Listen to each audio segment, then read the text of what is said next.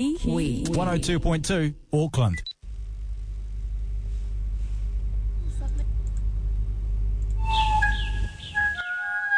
A little something for the weekend with Sam Hunt. Initially a false start, but I think we do have something for the long weekend. Sam Hunt, good morning, Sam. Hello, look, Wammo, my apologies. I don't know if you remember last week I mentioned that the lightning had taken our old phone out. Yes, that's right. Yeah, well, this was me getting used to the new phone, that's why I cut you off. So my apologies.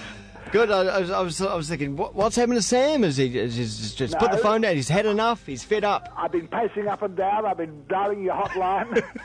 Nothing ever happened. It's been like I've just been in Christchurch a few days ago. I was doing a show in Christchurch, and I'm getting used to things sort of bumping around. I mean, it came down on the jet. Like Whangarei to Auckland, then Auckland to Christchurch, and that coming over the Southern Alps, there was a great big nor'wester, and the sort of turbulence was bloody amazing. Yeah. And then when we arrived in Christchurch, it hardly stepped onto Mother Earth, terra firma, when it gave a big violent shake of 5.1, according to Mr. Richter. Oh, you were there for that one. I was there for that one. There was a whole lot of shaking going on, and but it was okay. And I stayed in a hotel which they say can outlast an 8.8 earthquake. Now I don't know how the wankers know that, but anyway, it all went well. And when I flew out from Christchurch, I heard there'd been a shake about 5 minutes after I left. So. Did it give you some kind of appreciation, I suppose, of what's been going on there for well, you know, of course, you know, it's certainly, I mean, I know it's a bit of a cliche to say it, but it certainly brought people together in a way that certainly I don't associate with Christchurch.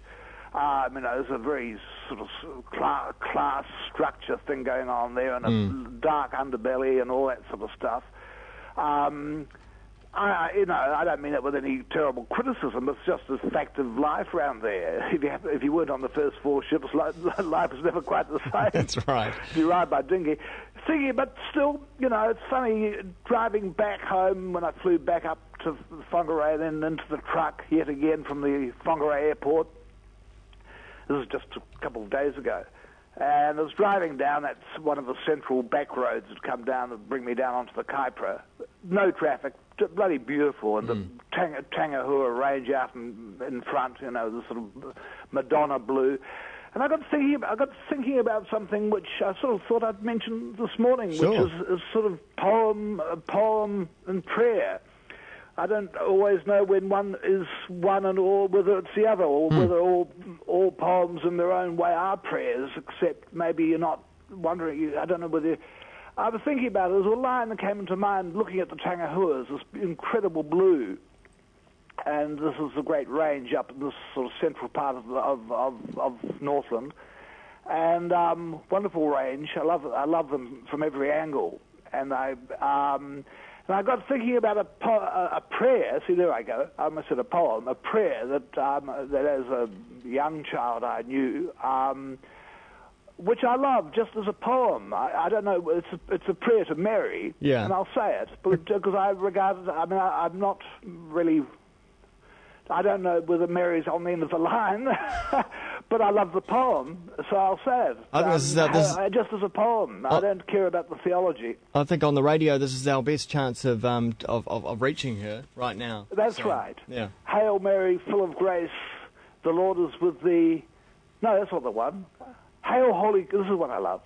Hail Holy... Very abstract one. Hail Holy Queen, Mother of Mercy. Hail our life, our sweetness, and our hope. To thee... this is better good. To thee do we cry, poor banished children of Eve. To thee do we send up our sighs, mourning and weeping in this valley of tears. Turn then, gracious advocate, and so on they go. I just loved it. I love that poem. I don't, I don't know. I'm pleased. I'm not. The last thing I'd want to do is offend anyone who does have a particular devotion to Mary. But I don't mean it in an insulting way. I'm just saying the words are so beautiful that I actually get to believe that there is somebody listening.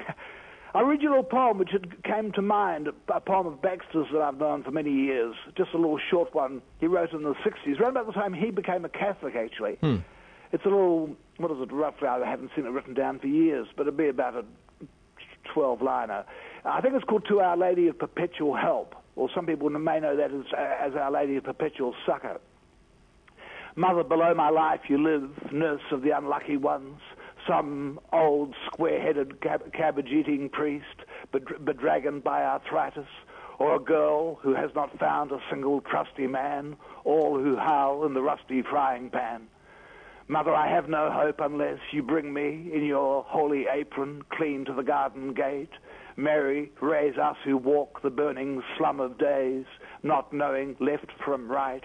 I praise your barroom cross, your star of patience. Bloody lovely. Yeah, that's great. I praise your barroom cross, your star of patience, and it's lovely. It just made me also think too of Dave Dobbin in 2000. Dave set one of Baxter's poems to music, Song of the Years. You may remember that. Do you remember on that Baxter production where a lot of, in fact, I was involved myself with Gareth Farr. Yeah. And Emma Parkey, for me, one of the highlights of that production was Emma Parkey's doing Baxter's, what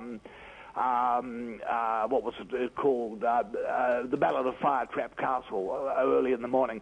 But getting back to Dave Dobbin, he did this Song of the Years of Baxter's, and of course, I love the fact that if you like, the hook of the song became allows to be Domine, which is, of course, from the Mass.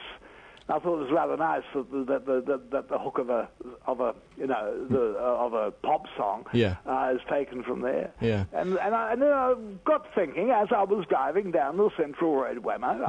I was thinking to myself, well, I can think of a lot of. Let me just. This is a poem that came to mind, and when I got home, I checked it out. It's by Tom Gunn, and I think it's an amazing poem, and it sort of says it all, I think. It's called For a Birthday. He wrote this as a young man. Tom Gunn died a few years ago. He was a contemporary of Ted Hughes. Tom Gunn and Ted Hughes were published by Faber and Faber as young poets in the 50s, I suppose. And they both died last year before. This one's called For a Birthday, and I love it. And I'd like to dedicate it to all the people, the Kiwi FMers. Here we go, for a birthday, especially anyone who's having a birthday. And if you're not having a birthday, we can have one right now. I've reached a time, what an opening line. I have reached a time when words no longer help.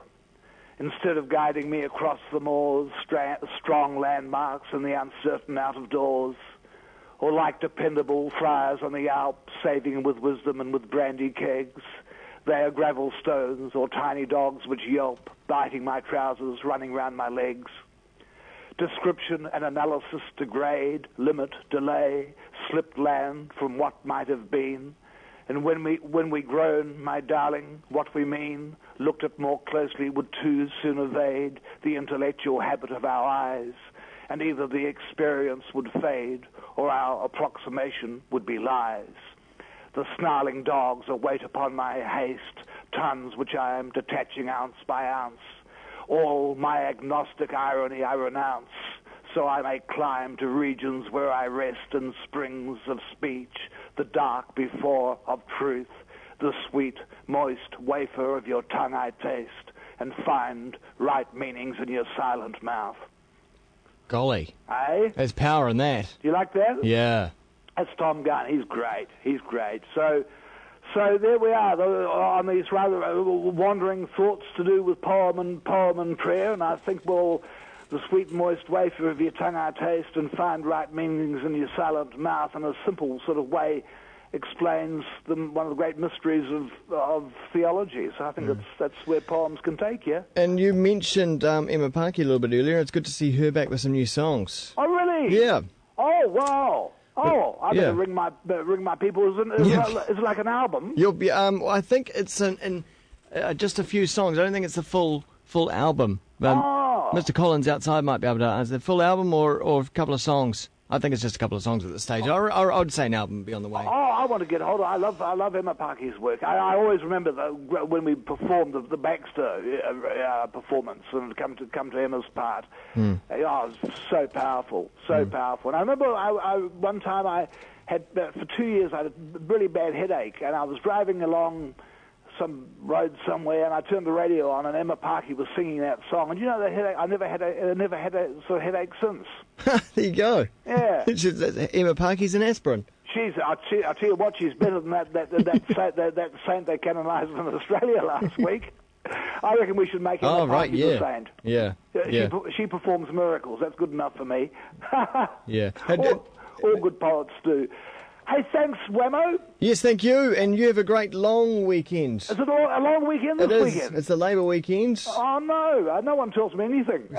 Celebrating the 40-hour week or something like that. Oh, no, I'm in for the 2-hour week. Good on you, Wammo. All right, see you, Sam. See ya. That was a little something for the weekend with Sam Hunt, only on Kiwi FM. Time now on Kiwi is 8:58. Coming up very shortly, we'll have the latest from the Radio Live News Centre. But before that, a little track here from Urban Tramper. This is called Shitty Flat on the Kiwi.